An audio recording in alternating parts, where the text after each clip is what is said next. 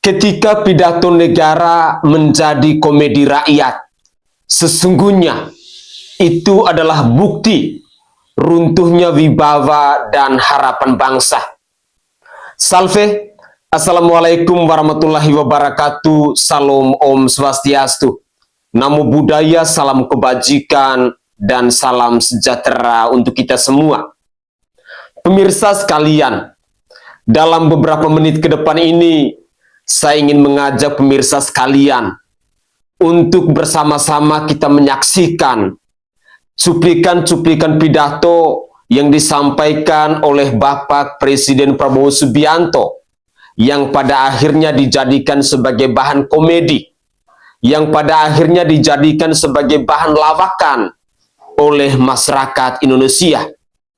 Tentu ini merupakan sebuah bukti tentang runtuhnya wibawa dari seorang kepala negara, dari seorang pemimpin, ketika setiap tutur katanya, ketika setiap pidatonya, ketika setiap narasi yang dia bangun selalu blunder, yang pada akhirnya dijadikan sebagai bahan komedi, bahan lelucon, bahan lawakan oleh rakyatnya sendiri. Untuk lebih jelasnya, saya ingin mengajak pemirsa sekalian, mari kita simak terlebih dahulu cuplikan-cuplikan video berikut ini, dan nanti saya akan memberikan komentar tentang dampak dari pidato-pidato yang disampaikan oleh Bapak Presiden Prabowo Subianto yang hari ini akhirnya dijadikan sebagai bahan lawakan oleh warganet Indonesia. Inilah cuplikan video selengkapnya. Halo orang-orang desa yang tidak pernah pegang dolar. Jangan lupa pakai bahasa Prancis meskipun tidak pernah ke Prancis. Selamat datang di suatu negeri yang gaji gurunya belum pernah bertambah, tapi bebannya bertambah terus. Aduh, ini mah menurut orang-orang Malaysia bukan mempererat hubungan diplomasi, tapi arahnya kayak menjilat serius. Saya sudah instruksikan sekolah-sekolah di Indonesia harus belajar bahasa Prancis. Apalagi nih Pak? Untuk apa lagi Bapak suruh anak sekolah belajar bahasa Prancis? Tahu juga sudah Bapak bilangnya, masyarakat Indonesia tidak bermimpi jadi kaya. Kan cuman hanya orang kaya yang ke Prancis Pak. Biarkan aja lah si Prancis itu berbahasa Indonesia. Belajar bahasa Indonesia. Ngapain mesti kami yang harus belajar bahasa Prancis?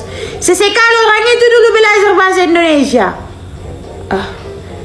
Entah apa maksud Bapak ini.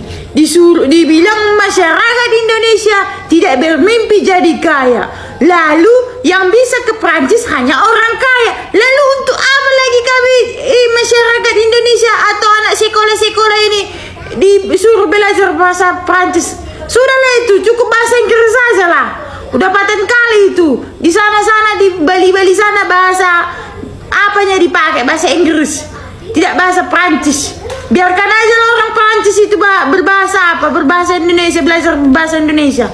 Kenapa mesti harus rakyat Indonesia atau anak-anak sekolah yang harus belajar bahasa Prancis? Biarkan dulu orang itu mengalah. Kenapa rupanya? Lalap. Gak etis sekali kurasa. Entah apa. Kurang kerjaan kali kurasa. Nanti poning kali anak sekolah itu disuruh lagi belajar bahasa Prancis. Udah motok apa orang itu? Utuk orang itu nah motok. Banyak kali ku tengok beban itu. Bahasa Prancis. Udah Bapak aja dari situ suruh. Orang itu aja Pak suruh belajar bahasa Indonesia. Orang Prancis itu. Ngapain mesti Indonesia yang direpotkan? Udah paling mantap itu belajar bahasa Inggris saja. Ngapain harus pakai belajar bahasa Prancis? Nggak penting itu. Cukup seminar, cukup kajian cukup. Apa itu FGD? Apa itu? Forum Group Discussion. Forum Group Discussion.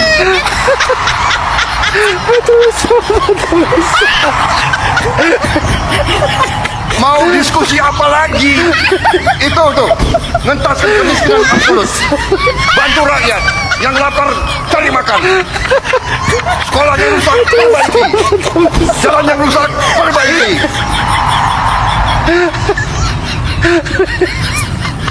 Diskusi.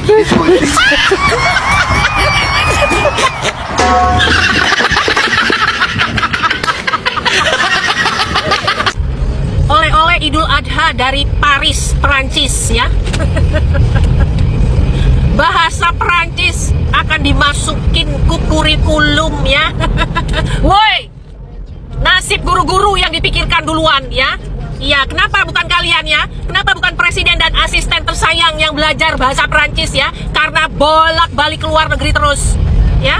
Kenapa maksain rakyatnya? Kan rakyat di desa nggak pakai dolar.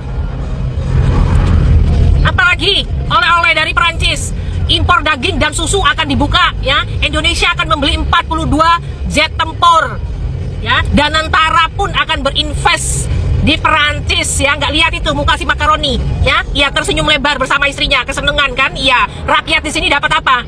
Rakyat dapat apa? Selain diperes ya. Sudah rakyat ya, ada pemerintah kok yang menyaingin rakyatnya sendiri ya. Di luar negeri bukannya saingan sama luar negeri, bangun apa untuk persaingan bisnis apa-apa, enggak, ini saingin rakyatnya sendiri. Koperasi Merah Putih itu ya, itu nyaingin para pedagang-pedagang kecil di kampung ya, di daerah-daerah. Apalagi MBG ya, iya, nyaingin kantin-kantin sekolah, nyaingin tukang-tukang cilok. Ada kok pemerintah modelnya kayak jembutan begini ya. Heran aku. Saya tegaskan kembali bahwa hal-hal di luar itu yang bersifat seremoni, upacara, merayakan ulang tahun ini, ulang tahun itu, hari ini, hari itu, kita tidak anggarkan. Permisi Bapak Presiden Prabowo Subianto, tindakan Bapak ini sangat bagus karena menghemat anggaran. Ya udah Pak, langsung saja ya Pak, daripada banyak omon-omon, kita masuk ke acaranya. Monggo Pak. Selamat ulang tahun kami ucapkan. Baru kali ini dari zaman presiden pertama sampai sekarang ada seskap yang ulang tahunnya dirayain heboh bener. Mulai dari surprise di pesawat, surprise pas bangun tidur, surprise pas di hotel, kiriman bunga dari ujung ke ujung. Sekarang masih lanjut perayaan ulang tahunnya di sana sini. Princess treatment banget ya. Ini yang ulang tahun kan lelaki ya. Astaga, oh my god. Kurap, minggir, waktunya Teddy berlayar. Apa jadinya kalau Indonesia nggak punya ibu negara tapi sekretaris pria bernama Teddy? 14 April 2026, dua orang ini tanggal lahirnya sama, tapi Pak Prabowo hanya mengucapkan ulang tahun Ibu Titik Soeharto dari jauh. Kepada Mbak Titi, saya ucapkan selamat hari ulang tahun. Tidak ada perayaan, tapi justru yang dirayakan ulang tahun ke-37 Let Call Teddy. Di sebuah hotel mewah di Paris, padahal sudah dirayakan di Moskow juga. Indonesia seperti tidak punya ibu negara yang hadir. Tapi justru yang paling dekat dengan presiden adalah sekretaris prianya. Bukan Wapres yang paling tahu rahasia negara. Bahkan Wapres cuma dijadikan pajangan karena dia sendiri mengaku tidak punya program. Kan tidak ada yang namanya visi misi Wapres, program Wapres. Yang ada visi misi presiden dan program presiden. Insya Allah akan terbuka 19 juta lapangan pekerjaan untuk generasi muda dan kaum perempuan. Saya melabeli diri saya sebagai pembantu presiden. Di dalam kebun binatang. Sementara Seskap Teddy 5 tahun bersama Pak Jokowi. Langsung jadi tangan kanan Prabowo, lengket seperti perangko. Ini bukan kebetulan, tapi dia jadi tali pengikat dua kekuatan besar, Jokowi dan Prabowo. Makanya mereka tidak pecah kongsi. Ingat juga jawaban pokoknya ada, jawaban culas Teddy saat ditanya wartawan, dan ngatain pengamat sok tahu dengan istilah inflasi pengamat. Pemirsa sekalian, dari cuplikan-cuplikan video tadi, izinkanlah saya untuk berkomentar bahwa di mana lagi di dunia ini kita melihat sebuah negara besar seperti Indonesia, negara yang berdaulat, dan kaya sumber daya seperti di bumi pertiwi ini, dipimpin oleh seseorang yang setiap kali membuka mulut, bukannya melahirkan gagasan besar, bukannya melahirkan arah kebijakan atau pesan yang menenangkan, malah melahirkan gelak tawa, malah melahirkan ejekan dan cemoohan dari rakyatnya sendiri. Inilah kenyataan pahit yang harus kita telan hari ini.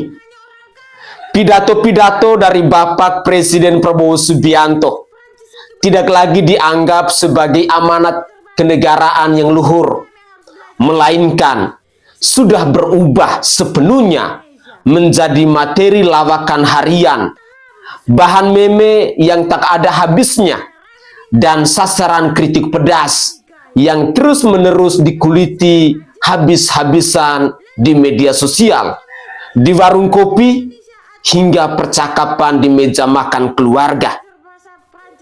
Dulu, pidato seorang presiden adalah momen yang paling dan amat sakral.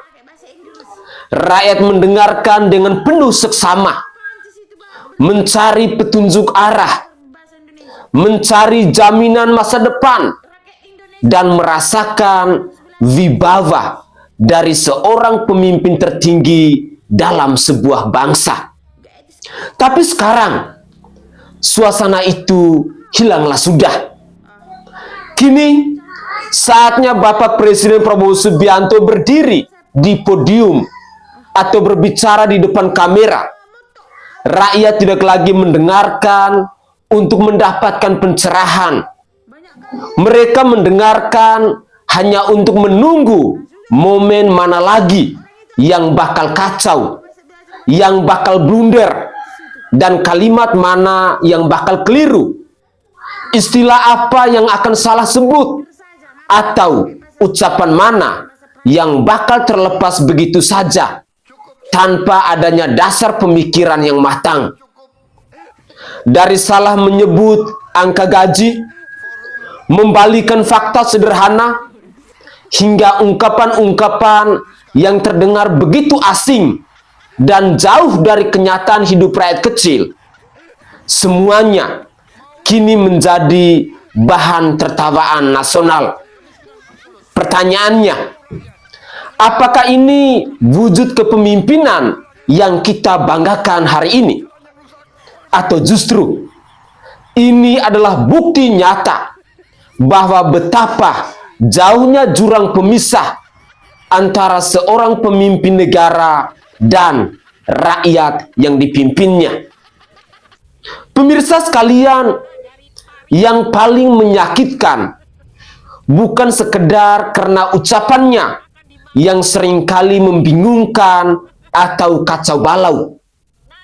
Yang lebih parah adalah isi pemikirannya yang terasa begitu dangkal, yang terasa penuh dengan retorika kosong, dan seringkali seolah hidup di dunianya sendiri. Saat rakyat menjerit, merasakan harga kebutuhan pokok melambung tinggi, harga beras tak terjangkau, biaya pendidikan dan kesehatan yang makin membebani, apa jawaban dari Bapak Presiden Prabowo Subianto?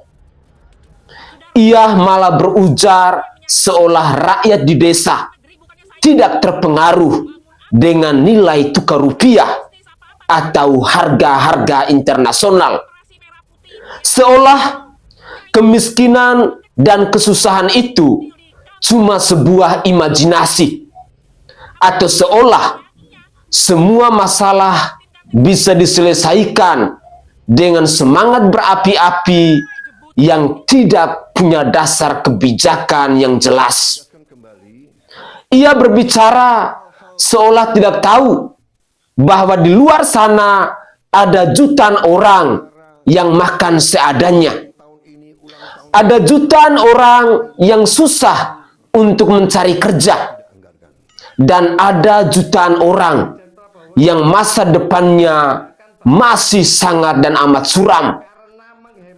Ketika pemimpin tertinggi dari sebuah negara berbicara seolah masalah rakyat itu sepele, jangan heran kalau rakyat pun memandang bahwa pemimpinnya sebagai sesuatu yang tidak lagi relevan, yang tidak lagi paham, dan tidak lagi layak untuk dihormati ataupun untuk dihargai. Inilah kisah nyata, fakta yang tak terbantahkan yang bisa kita saksikan hari ini. Kekecewaan yang meluap-luap dari warganet dan masyarakat luas seperti yang kita simak dalam cuplikan-cuplikan video tadi bukanlah tanpa alasan. Ini bukan sekedar kritik biasa, melainkan ledakan rasa kecewa yang menumpuk. Banyak dari mereka yang dulu memberikan suara, yang dulu berharap perubahan, yang dulu percaya dengan janji-janji manis tentang Indonesia emas, kini merasa ditipu habis-habisan oleh Bapak Presiden Prabowo Subianto dan Bapak Gibran Rakabuming Raka. Mereka bersuara lantang, apakah ini pemimpin yang kita pilih? Apakah ini sosok yang akan membawa bangsa ini maju? Atau malah sosok yang akan menjerumuskan makin dalam ke jurang ketertinggalan? Harapan yang dulu dibangun setinggi langit kini telah runtuh berantakan beriringan dengan setiap pidato yang disampaikan oleh seorang kepala negara. Rakyat merasa dikhianati, rakyat merasa ditinggalkan, dan rakyat merasa bahwa nasib bangsa ini ada di tangan orang yang salah dan ternyata tidak punya peta jalan, tidak punya pemahaman yang mendalam, dan lebih sibuk mencari panggung pujian daripada menyelesaikan masalah-masalah nyata yang tengah dihadapi oleh rakyat Indonesia dari Sabang sampai Merauke, dari Pulau Miangas sampai Pulau Rote. Lihatlah bagaimana yang seringkali memposisikan diri seolah satu-satunya orang paling benar, seolah-olah ada musuh di mana-mana, ada tangan asing, ada antek-antek, ada pihak yang ingin menjatuhkan, bahkan seolah-olah semua masalah bangsa ini bukan lahir dari kegagalan kebijakan atau ketidakmampuan dirinya sendiri, melainkan hasil konspirasi dari orang lain. Ini adalah pola pikir yang sangat berbahaya.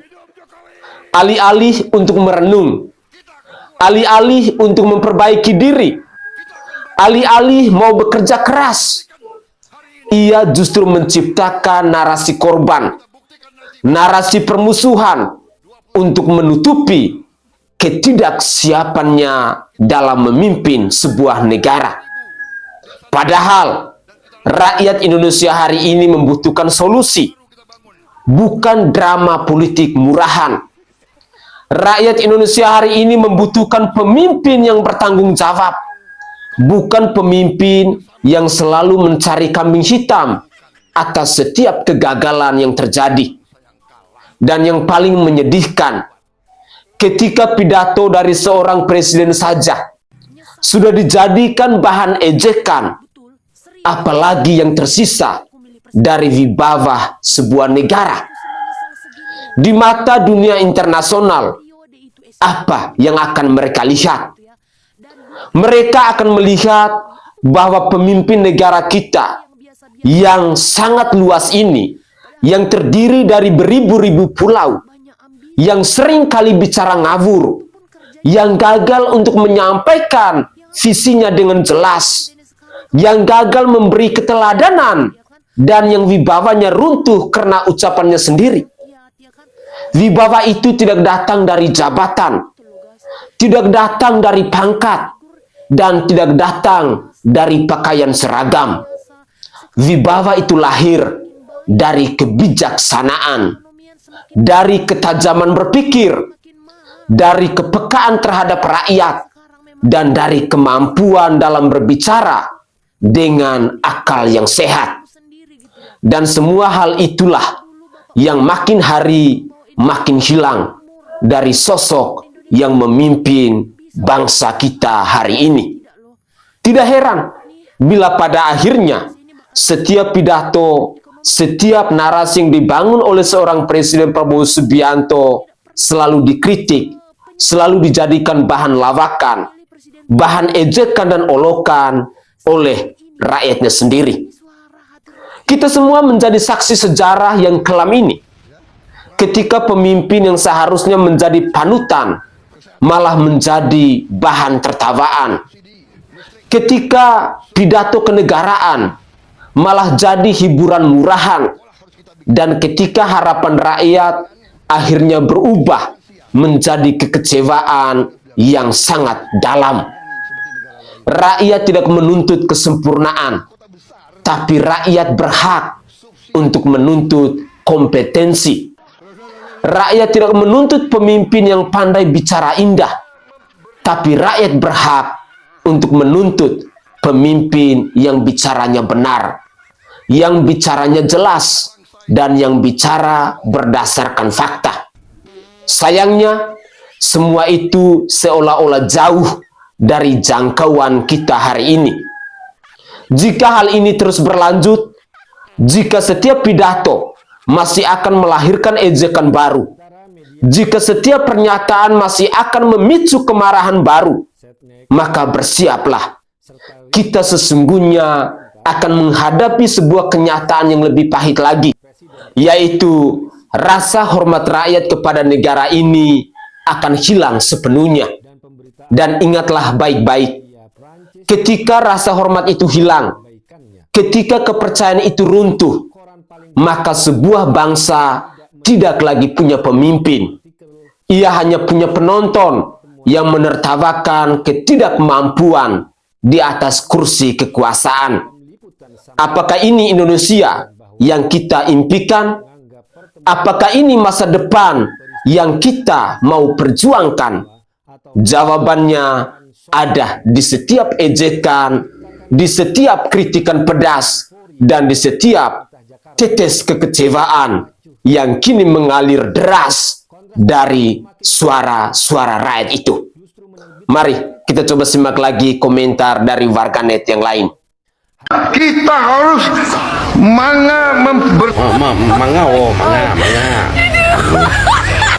Ko kata alomani. Hidup Jokowi! Hidup Jokowi! Ko ako masalakot ko ako kwete sama na itatio bau mana kota. Kita harus Ama abichika kota ko we. Ama na kota tumama kibibi mana ko yate abel aza eta. Iyo.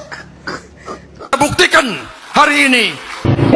Kalau ada orang bengkak tangannya, bengkok tangannya karena seterok lari naik pipinya basi. Tidak lurus pipimu, ini pipiku kasih bengkok di manggang.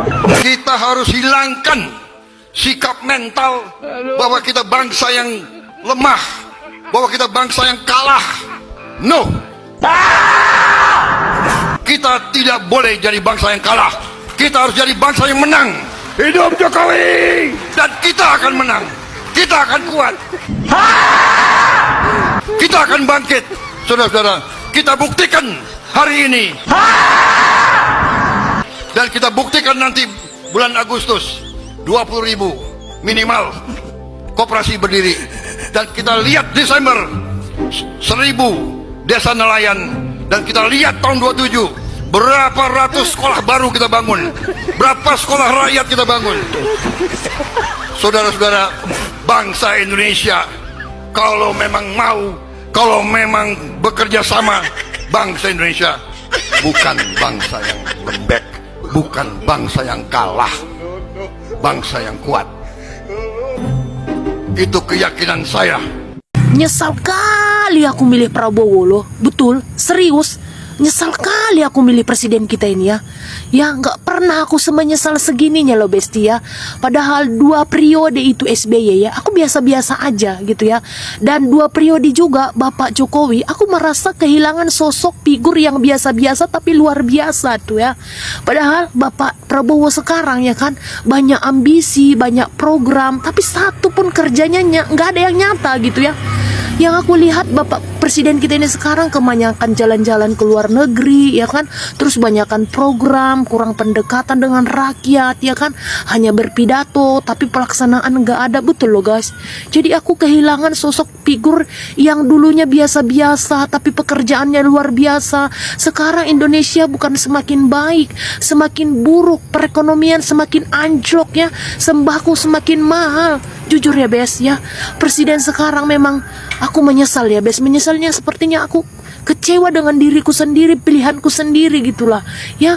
Aku pikir dulu Bapak Prabowo ini bisa membawa Indonesia lebih makmur ya, Indonesia ini lebih bisa maju lagi. Ternyata tidak loh.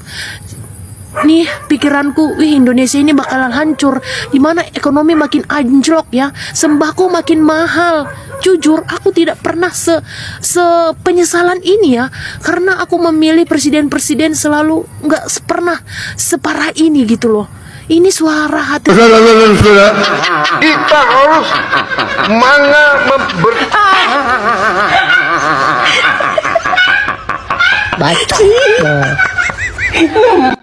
Kalau bangsa ini lapar, saya yang tanggung jawab.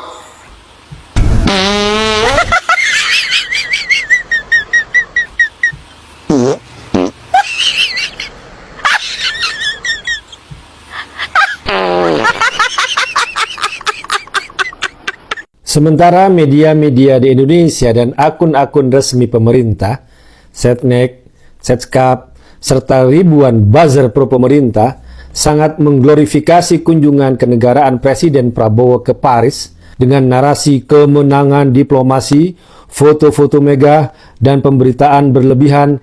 Media Prancis justru hampir mengabaikannya. Le Monde, salah satu koran paling berpengaruh di Prancis, tidak menerbitkan satupun artikel mendalam tentang pertemuan Prabowo dengan Presiden Emmanuel Macron. Hanya ada mention singkat dalam liputan sampingan menandakan bahwa Paris tidak menganggap pertemuan tersebut sebagai peristiwa strategis yang istimewa atau layak mendapatkan sorotan utama. Realitas ini menciptakan kontras yang sangat tajam dengan euforia buzzer pemerintah Jakarta dan sikap acuh tak acuh Paris. Kontras tersebut semakin kentara ketika Le Monde justru menerbitkan kritik keras terhadap kebijakan ekonomi Prabowo hanya beberapa hari sebelum kunjungan melalui artikelnya. Indonesia intervensionisme Presiden Prabowo menyebabkan turbulensi atau gejolak di pasar. Tanggal 22 Mei 2026. Artikel tersebut membuka dengan nada tegas bahwa intervensi Presiden Prabowo memicu gejolak di pasar. Le Monde menyoroti keputusan Prabowo pada 20 Mei 2026 yang menyerahkan pengendalian ekspor nikel, minyak kelapa sawit CPO, dan batu bara kepada perusahaan negara. Kebijakan Presiden Prabowo tersebut langsung memicu pelarian modal asing secara besar-besaran. Media Prancis itu juga menggambarkan Presiden Prabowo sebagai mantan jenderal berusia 74 tahun yang mengambil alih langsung pengumuman kebijakan di depan parlemen. Sebuah gaya sentralisasi kekuasaan yang dianggap menciptakan ketidakpastian bagi investor. Realitas ini mengungkap jurang persepsi yang lebar. Apa yang diagung-agungkan sebagai diplomasi sukses di Indonesia justru dilihat sebagai sumber turbulensi dan risiko ekonomi di Prancis. Oke guys, itu adalah cuplikan-cuplikan video yang bisa saya suguhkan kepada pemirsa dalam konten saya kali ini. Ada berbagai macam cuplikan-cuplikan video yang bisa kita simak bersama-sama. Mulai dari bahan lawakan, ejekan, kritikan-kritikan pedas, dan juga suara-suara dari rakyat yang mengungkapkan rasa kekecewaan, rasa marah kepada seorang pemimpin, kepada seorang presiden. Dari cuplikan-cuplikan video ini, saya secara pribadi hanya mau mengajak kepada kita semua, kepada pemirsa yang menyaksikan cuplikan-cuplikan video ini, mari kita mengambil sisi positifnya.